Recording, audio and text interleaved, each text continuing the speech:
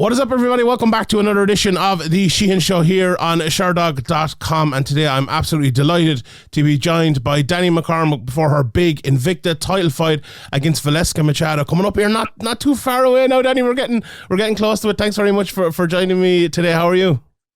Good. How are you getting on, Sean? I'm not too bad. No, I'm not too bad. It's a busy time for Irish MMA. I suppose we're getting into it with your fight being one of the biggest fights of all. So it's great to keep busy, and it's great to have it, I suppose. And I really want to get you on to talk to you about the fight, but also about like your whole career in general, because I had John Kavanagh on. I know he was on with Ariel as well, and he said to the two of us, Get Danni on and ask her about her story. Ask her about coming up to me at the Conor McGregor fight and all this. So, John, here you go. Here's the request. How did you get into MMA? How did that start? How did the whole, at the Conor McGregor fight, going up to John Kavanagh thing, how did that all work out and how did it all play out? Yeah, so like the story's so long. So like, how far do you want me to go back? We've plenty of time. Go as far as you want. So, right, I'll try and like do it as quick as possible. So in 2015, that year I was graduating from college, so I'm a physio, so I am a qualified physio, even though I don't do it anymore. I'm retired, and that was my final year of college. So that year I like made a decision to get out of the horse racing industry. So I'd been working in the horse racing industry for 6 years, and I was living in the Curragh at the time.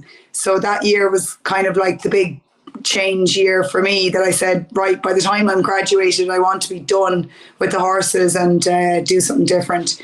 So that like Christmas of that year, I downloaded Tinder. So I did, because I was having like a pretty rough time with my mental health. And as a line I always use is, when women have a trouble with the mental health, usually what they do is try and get a man to fix their problems. So Tinder was my first port of call to try to cheer myself up. So I swiped a fighter, and I actually swiped someone that was in SBG and was training with Conor and coached by John. And I don't know why I swiped him, or like I didn't know anything about MMA or fighting. It was just pure accident. And we met up and went on a date, and he just spent the whole date talking about MMA and Conor and SBG, and I was like, Jesus. And I think the most I knew about MMA at the time was that I'd seen Conor on the Late Late Show or something like that. Maybe I hadn't, but I knew there was like a crazy Irish fella that used to do this cage fighting business, and I didn't really know anything else about it because I was just up to my eyeballs in the horse racing industry. So anyway, I says to him, oh, well, I'm thinking of leaving the horses at the moment. I'm thinking of doing something new. This sounds great. You know, just me in a cage versus another girl. No horse, no money, no politics, no whatever else you need to get going in horse racing. That's all gone. So, you know, he took me seriously, in fairness, the lad. And he said, yeah, there's a gym close by you in Naas. You should join and sure, see how you get on. It's great, like lifestyle and whatever. He encouraged me. So after that, we stayed friends, but nothing happened after the date. And I joined a gym in Naas that January. So I, of course, went straight, like head deep into it. Did like 2 hours the first night and went home and looked up like #1 MMA girl, and Ronda Rousey came up, and that was the first time I knew about her. And I was like, oh, right, okay, I could definitely do this. You know, this Ronda Rousey girl seems to be doing pretty good for herself. If I just work hard at this, I'll be doing the same as her. So it was as simple as that for me. And for the next 6 months, I trained in Naas and, you know, got like a reasonable level of skills and started following UFC and Conor and all of the above. So then I graduated that like July or whatever, or June or July, I'm not sure when it was, we graduated. And my brother said he was going to bring me on a trip around America to like celebrate. And he knew I was into MMA now, and he'd been to a Conor McGregor fight already in Boston. And he says, right, we're going to finish the tour in Vegas and we're going to go to a McGregor fight. And I was like, great, this is brilliant. So we did all of that and ended up in Vegas. And I remember that was the first MMA fight I ever watched or the first show I'd ever been to was Conor versus Mendes. And it was just nuts, like crazy. I have never experienced anything like it since. Like the Aldo fight was great as well, but I just remember the very first time I ever went to an MMA show was Conor versus Mendes, and the whole arena was Irish. Like the entire arena was just hooligans, Irish hooligans, just losing their life. And the MGM had all of these like parties going through it, and the security guards were gone mad, and there was no one like causing any big trouble or anything. They were just like totally over the top. So I just thought it was great, and I was like so inspired. I just couldn't believe that this was like a secret, that like no one in Ireland knew this was going on, only the MMA community. Like that it was like this explosion was happening in Vegas with an Irish lad. So the next day we were in like a WhatsApp group or whatever with other Irish people, and there was rumours that John and Conor were going to be at this pool party and get in early and you'd get to meet them. So we went in early, and there they arrived, and we got pictures. So I got a picture with Conor, and I didn't get to say anything to him. Like I think I said well done, but there was just like a swarm of people around him, and then there was less people around John, or there wasn't as big of a queue, and I just said to him, I do MMA, so I do, and I'm going to be a fighter in your gym one day. And he said, okay. And I said, yeah, I will. And I'll see you in a few months, kind of thing. And I think I can be a fighter as well. I think I can be like him, like Conor. And I don't think I said to him that I think I could be a world champion, but I said something like that. And I think the story's like grown legs since then. So, that was it. And we took a picture. And from there, I decided I wouldn't come home to Ireland, that my mind was blown by this Conor McGregor crack. And I just said to my brother, like, oh, I don't want to go home. Like, I'm having such a shit time with the horses and there's nothing for me at home. What'll I do? And he's like, come to Canada with me and train MMA for a few months and see how you get on. And I went from Vegas to Canada with no visa and with like one luggage bag, and ended up staying for 7 months. And then 7 months later, I trained over there in a checkmat in Vancouver. I actually trained with Tristan Connolly. So I did. I used to get a lift with him and another guy to the gym, because it was like an hour from Vancouver. And then about 7 months later, I was again struggling with my mental health, really homesick, lonely, and said to my brother, I'm going home, and you can stay or you can come, I don't care, but I'm gone. Like, I'm out the gap. And that was it. Like a week later or 2 weeks later, I came home, and in January, I joined SPG, and that was it. But John never knew who I was until the World Championships in the IMMAFs. So I never told him when I got back to SPG, or when I got into SPG, I never said, do you remember me, or showed him the picture or anything, because it would be too cringe like. So no, he didn't find out anything till the night before the World Championships in Bahrain. My brother posted the picture and John seen it, and he was surprised. I love those sort of stories, like, because I think a lot of the time, with Conor, we forget about the inspiration he gives to people like you, and I know Ian Gary has talked about it, and loads of people obviously in SBG have talked about it. And we look at the scene on Irish MMA all the time, and we see all the fighters coming up, and it's like, oh yeah, they've sprung from nowhere, but there is a reason that all the fighters have sprung up, and it's really cool to hear those stories. And thanks very much for telling us. I want to ask you just about the horse racing as well again, because I don't know too much about the horse racing industry, only that Ireland is the best place in the world for the horse racing industry. What exactly were you doing, and how much of like a high pressure industry is that for people, even like young people going up? Because I know a few lads from around here when they're like 16 and stuff, and they go and they're working in the yard in different places. How tough is that a life, I suppose, for a young person? Yeah, like the reason why I ended up in the horse racing industry was I wanted to be a vet, and I didn't get the points. And I was like really sulking over that and didn't want to go to college, like point blank refused. And the next best thing for me was, right, well, I can't be a vet, so I can surely make it as a female jockey. And like, I'm pretty switched on, and I knew if you were going to be anywhere, you had to be in the Curragh. So I started ringing Desi Hughes, because the yard I worked for, a lad from Desi Hughes used to ride their horses in races. So he was the only guy I knew. And I kept ringing Desi, give me a job. And he kept saying no, because he didn't take on girls. And then he finally had a job going, and he said, oh, I'll ring that girl from Roscommon who keeps annoying me. And he rang me and he gave me a job. So I ended up in the Curragh in Desi Hughes' yard. There was me and one other girl and like 25 fellas, and I didn't realise how hardcore it was going to be. Like, I think I was a bit delusional working in Galway, thinking it was going to be anywhere near the same level. It's like being in a jiu-jitsu gym in, I don't know, Kerry versus being in SPG Ireland. It was really intense. I used to ride out the horses and go to the races with them, look after them, like a stable staff is what we were called. And then I got to ride in a few races, but it was very low key in what I got to do. He gave me a couple of opportunities, but I knew I wasn't good enough, and he knew I wasn't good enough. But he gave me a chance, and he gave me experiences more than anything. But I knew the level of the girls was so high, and I wasn't at that level.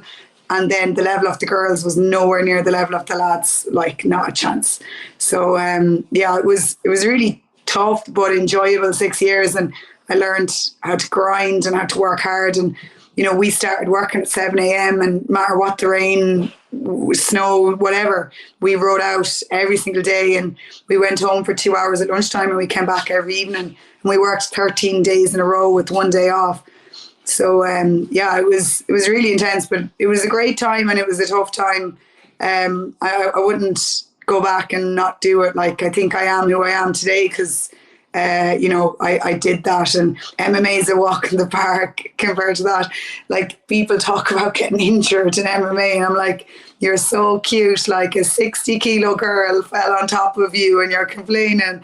I used to have like a 500-kilo horse fall on top of me regularly, and we weren't allowed to complain. So it definitely toughened me up for this lifestyle. Women's sport is absolutely, taken off in Ireland, but it's all over Europe, and I assume worldwide as well. I know you mentioned Ronda Rousey earlier on, but like, I see a lot of people talking about like you were in one sport, or maybe inspired by people, and then move to another sport too. Like, for you, were the likes of Nina Carberry, Katie Walsh, and others like that inspiring to you to not only say that, okay, I want to do horse racing, but I can be a professional or a high level person at a sport, and then you kind of took that over to MMA as well. Were those people kind of inspirational to you? Yeah, like, horse racing is not like MMA. It's really cutthroat. So, like, you don't really look up to anybody. You want to take their jobs, yeah. Yeah. And, like, that's the way it is. Like, a young lad comes into the yard, and, like, he's 18, but he's, riding the pants off the older lads, and the older lads hate him, and he's definitely not looking up to the older lads. He's like, hey, I'm working for Michael O'Leary, I'm making way more money than you. So, it didn't work like that. Like, I never looked up to anyone because I just seen them as competition. If anything, I probably looked up to some of the lads in the yard because they weren't competition. But I think, like, when, say, women are in certain sports, so, like, there's only certain types of women that want to fight and want to ride horses and do kind of contact sport as such, like, because riding horses is contact sport as well. Then that kind of person, I think what happens, why more people don't move over to other sports is you're like a dog with a bone, and once you've dedicated yourself into something, you find it really hard to leave. And I remember when I told my family, like, I'm quitting the horses, I'm done. They were so shocked. And, like, I don't think my dad ever got over it, like, because he got so much out of telling fellas down the pub tips on horses. And he was still ringing me like 2 years later asking me for tips. And I said, but I don't work there anymore. What would I know? So I think that's the block, that, like, when people are doing something and they've fully committed and they've told everyone they know, I'm going to be a world champion, I'm going to be a top jockey, it's really hard to say, hey, guess what? That actually didn't work out for me. I'm not good enough, I'm going to go do something else. I think a lot of people probably aren't brave enough to do that. And that's one of the things I'm most happy with myself, that I did, that I knew I wasn't going to make it. So it was time to go somewhere else. And I just happened to fall upon MMA. You spoke about your mental health as well. Did that help with going to MMA and then rising quickly? You know, we'll talk about the IMMAFs in a second, but rising to the IMMAFs, getting to Bellator for your opening fights, and now obviously fighting for the title. You've had setbacks along the way, don't get me wrong, but is that something like having that kind of goal, having the possibility to get to the very top, is that something that's helped your mental health as well? Yeah, like, I think being as competitive as I am, and like always wanting the next thing and goals, and, you know, jumping like head deep into everything, I think that's probably got a really negative impact on my mental health. That's why, like, I fall so hard when it doesn't go well, because I want so much for myself, and it's very difficult to satisfy me. You know, I'm always looking for the next thing. But from a mental health point of view, when I joined MMA, I'm not a psychologist or anything, but it gave me no opportunity to sit down and think about myself or think about my feelings. I was constantly training 3 times a day, every day. I was exhausted. I had no headspace for being depressed or being down. It was just a massive distraction. So for the first 2 years, my mental health really improved because I was too tired to be down. And I had this huge distraction of being in the gym and being around people and working towards something, you know. But then I suppose it was years later, after I lost at the IMMAFs, I got the silver medal at the IMMAFs, then I was like, oh, kind of like a eureka moment, you know. Guess what? Like, this thing you're like searching for, how do you know that's going to make you like really happy? And I think now I'm older and more mature, and I realize that constant searching isn't healthy. Yes, it makes you very competitive and makes you want more, but I think you should do it because you want to do it, not because it's something that's missing in your life and you need to like fill that hole in with a load of cement. I don't think that it's going to do that for you. Yeah, that makes sense. Like, the majority, I suppose, is a big thing in that part of life. I want to ask you about the IMMAFs as well, that you mentioned them. Like, I spoke to John about it. I've spoken to a lot of people about it recently. Like, and how much the IMMAFs help, and obviously it's a very different structure now to what it was, you know, 10 years ago or even 5 years ago maybe, in terms of how the amateurs come up. And I know you're heavily involved as well with the youths in Ireland, coaching them and bringing them up.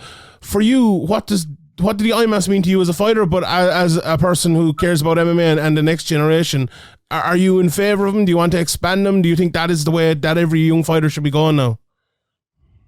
Yeah, like, before you turn pro, you have to have done a world championships, in my opinion. Like, you know, you're not going to be, unless you're on like a really low level, pro level, and you're just going to fight around Ireland and England, grand. But if you've spent your whole amateur career fighting Irish and English people, there's a whole different array of skills out there, and you haven't been exposed to it. You haven't a clue until you go to the IMMAFs, like, and you stand in front of this person and they're from a country you can't even pronounce it, and you can't find her on Instagram or YouTube, and you have absolutely no clue what she's like or what he's like. And that makes a man of you. And, you know, if you're not medaling at the Worlds, or, you know, you've gone to, say, 2 or 3 world championships and you're getting knocked out in the first round every time, you probably shouldn't be turning pro, because these are the lads and ladies that are going to be pros at the higher level down the line. So yeah, I think the main issue with the IMMAFs is that it costs a lot of money, and you have to fundraise yourself. And, you know, I don't really care about that. I don't really care that Sport Ireland don't support us. MMA is not big enough to give us a load of money. Even if they wanted to support us, they wouldn't be giving us much money. They're not going to get like a team of 50 fighters out to 4 tournaments a year. Like, they don't have that kind of money. So we want to be pros. We want to make money out of this. Well, you got to give sometimes to get what you need back. But to afford more than 2 tournaments in your amateur career, unless you've got like big family backing or you're really good at GoFundMes, you're not really going to get more than that. It's going to be $1,500 a time, and you want to be ready to medal when you're going out there. And then I think that gave me a lot of confidence coming home, knowing I fought a Brazilian, I fought like an Italian girl, I fought, I don't know, girl from some crazy country, some lunatic that tried to take my head off. Like, it fills you with confidence when you come home. I'm ready now to fight these pros. So yeah, I'm massively in favor of IMMAF. I just wish it probably was a little bit more affordable, but you can't make it more affordable. It's not like someone's making a big pot of gold at the end of this. It costs money to fly to Bahrain, to fly to Abu Dhabi. It costs money to be put up in a hotel and be fed. So that's kind of what I feel about that. It's tough, isn't it? Because we talk about which direction do people go on MMA? Do they go that route, or maybe go earlier and go to Cage Warriors or something like that? And then there isn't that much pay there, but like it's going to cost you either way. So I suppose you have to pay the cost to be the boss. Isn't that what they say? But coming into your pro career then and starting off in Bellator, like there was a time there where there was a few people who made their pro debut in Bellator, and we were kind of thinking, this is going to be the norm now, and it really hasn't. You were one of a few who were able to do it at the time and had a great start to your career. I know you talked to my colleague Ian O'Neill over in Severe, and you said that you feel like you didn't get the respect you deserved for that run, and it was a great run. And I know, like, we were there at all those fights and watching them, and talking about you. But is that something that kind of in Bellator they didn't have the division? I remember on the press conference I asked you about, do you want to win another couple of fights and go to the UFC, which probably wasn't very well taken by Bellator at the time, but. That must have been tough, like, for Bellator not to have the division, for them to keep throwing the best women around Europe at you, and then to have really no goal on the top of it because they didn't have the division. It went well for you, but it felt like there were a lot of negatives in the background of that as well. Yeah, well, I guess first of all, what you said about not getting the recognition. So when I got the silver medal in the IMMAFs, I didn't get a lot of recognition for that. And maybe because MMA wasn't as big back then in 2017, maybe they didn't talk about it. But I was the only person that fought in the final that year. I was the only person. And I think if that was a lad, it would have been different. I felt like I was kind of overlooked. I wasn't overlooked by like kind of the most people that actually covered it was people from horse racing, like the Irish Field and all this. Like they really got behind me. But I came back with my silver medal, and there wasn't a whole lot said. Whereas nowadays, when people win medals, they're big stars and they're talking about their pro career like they're already UFC world champions. So then when I turned pro and I went into Bellator, I fought in a promotion that didn't have my division, and I also fought on a night with 10 or 12 other lads from the gym. And I'm from Mullingar. I don't have a huge following. I'm not from Dublin. So a lot of the audience didn't know who I was either. So I went like 5-0 and didn't care at the time at all whether people were watching or not. But it was then when I lost, I was like, oh, now I've lost. People are like, oh, move past her. Who's the next one? And like the next one they'd be talking about is some amateur that's like won a medal out in the IMMAFs and hasn't even had a pro fight. And you get old and you get cross and you're like, for fuck's sake, like I lost 2 fights and now I'm just washed under the carpet and I'm done, forget about me. So yeah, that was kind of irritating at the time. Like looking back now, last year when I was having a hard time with having 2 losses, I was a bit annoyed about that. But I was so lucky. John, really gave me and Kieran Clark like this huge leg up, like in life. So he really took us under our wing. From going amateur to pro, and he says we work really hard, we're from the country, we don't have a lot of money, and these are things like he likes the way we present ourselves and we don't have big egos and wear watches and bring designer handbags into the gym. And he really gave us a chance and got us those big contracts in Bellator, and I can't be more grateful for that. So I never want to seem ungrateful for the opportunity I got in Bellator, because from John, from Bellator itself, and from anyone that did support me, I'm so, so grateful. But when now I'm moving on to a different chapter in my life. I didn't feel frustrated when I was in there at all. Sure, how could you feel frustrated? You're knocking up a record and your bank balance is getting bigger all the time. So there was nothing to be frustrated about. It was, I guess, when I lost, I got frustrated. I thought, and going back to what we're saying about the IMMAFs, these losses are so important at pro. Like, it can't happen.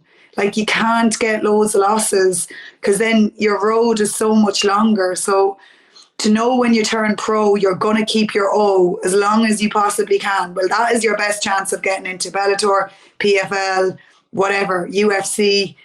You can't be going out and losing your first fight or losing 2 or 3 fights in a row or whatever. Like, that's it. It's kind of done at that stage. Yeah, it's true as well, and it is a long road back as well. And when you said you had a big kind of athletic career before that, that's tough. No one rides for free as well. Like, in terms of taking all that damage and everything, it's very, very tough. But as well, 2017 Severe Irish Female Fighter of the Year. So no, some people did, some people were there, some people knew what was going on as well. So moving over to Invicta though, like when I saw you signing for Invicta, it was brilliant. Because that path is there. Like, you love to see people have this set. Like, let's say if someone's going to Ultimate Fighter now, you win 3 fights in a row, you're there, you're in the UFC, you're a champion. Invicta, you go there, you've only had 1 fight and you're in a title fight, but you win that, maybe 1 more, and you're in the UFC straight away. It's great to have that structure. Was that a big part of going to Invicta for you? Because I know there's lots of other places at the moment looking for fighters, and I remember I was talking to Shannon Knapp after you were signed, and she was saying, if there's any more women in Ireland, let me know and I'll be signing. So they're mad looking for women coming through. But the fact that they've signed you and pushed you so quickly after that great win, obviously it must be great to have not just a great promotion, but a promotion that's pushing you forward. Yeah, like Shannon said the same thing to me after the fight. If you know any other Irish girls, will you send them our way? So she's mad for the Irish girls. To be honest, my eyes wasn't set on Invicta. I was happy to go anywhere. LFA, Kombacha, Invicta, like, they all have roots to the UFC. Once you're the champion, you get in. So I said to my manager, I'm not fussy. I don't care. I just want to go somewhere that's got a strawweight belt, not because I really care about belts, to be honest, but because I know that's a way of going into the UFC. So Invicta were the first ones to jump at it, and now I am actually really happy I'm in Invicta because I love the promotion and I like the way they set it up and that. But back in my Bellator days, all I thought about was win another fight, next fight, UFC. That's all I thought about. I didn't stop and smell the roses at any point. I didn't, pat myself in the back and say, oh, you're 3-0, you're 2-0, whatever. This is great. I just kept looking forward. And when I was an amateur, I used to think about being a UFC champion before I even had a fight. So I don't think that's healthy. And I am glad Invicta has this structure that I could get into the UFC. And one of my lifelong goals is to be a fighter in the UFC. Another goal is to be a top 10 fighter in the UFC. And another goal is to be a world champion. But if you're just thinking about being a UFC world champion and you don't watch what's happening all the way along the road, I think you're going to be very sad at the end of it, whether it happens or not. You're going to say, Jesus, I wish I took in Bellator more. I wish I took in whatever. So yeah, I am happy Invicta have got a sure path for me to go to the UFC. And don't get me wrong, if I win this fight in 3 weeks time, I'm going to be asking my manager, hey, get me into the UFC right now. But I'm really trying to just think about this fight. I'm trying not to think ahead because of my mental health. I want to know, I took this in and I enjoyed this process and I was so happy to be in Invicta. I didn't sit in Invicta thinking UFC, because that's what I did when I was in Bellator. When I had 11,000 people looking at me in Dublin, I was thinking about the fucking UFC. It's ridiculous, So if I have any advice to anybody out there, any young fighters starting off, just take it in because, you don't know what's around the corner. So just enjoy it. If you're winning fights, bloody be happy with yourself. It's true. I suppose what is just around the corner is Valesca Machado. And watching a few of her fights last night, she's a very good fighter. You know, a very, very good fighter fighting, you know, with, I think she'd Pitbull in her corner in one of the fights and kind of fights like Pitbull does a little bit, I think. Throws those big shots, you know, is well able to kind of wait for someone that's very confident in there. When you watch her and watch her tape, what is kind of the thing that stands out to you, and what is the thing that I suppose you think maybe could expose in her game as well?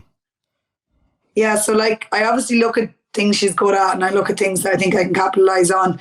You know, I think she's a slick striker, but she's not aggressive. She doesn't put a pace on. She's a slick counter striker.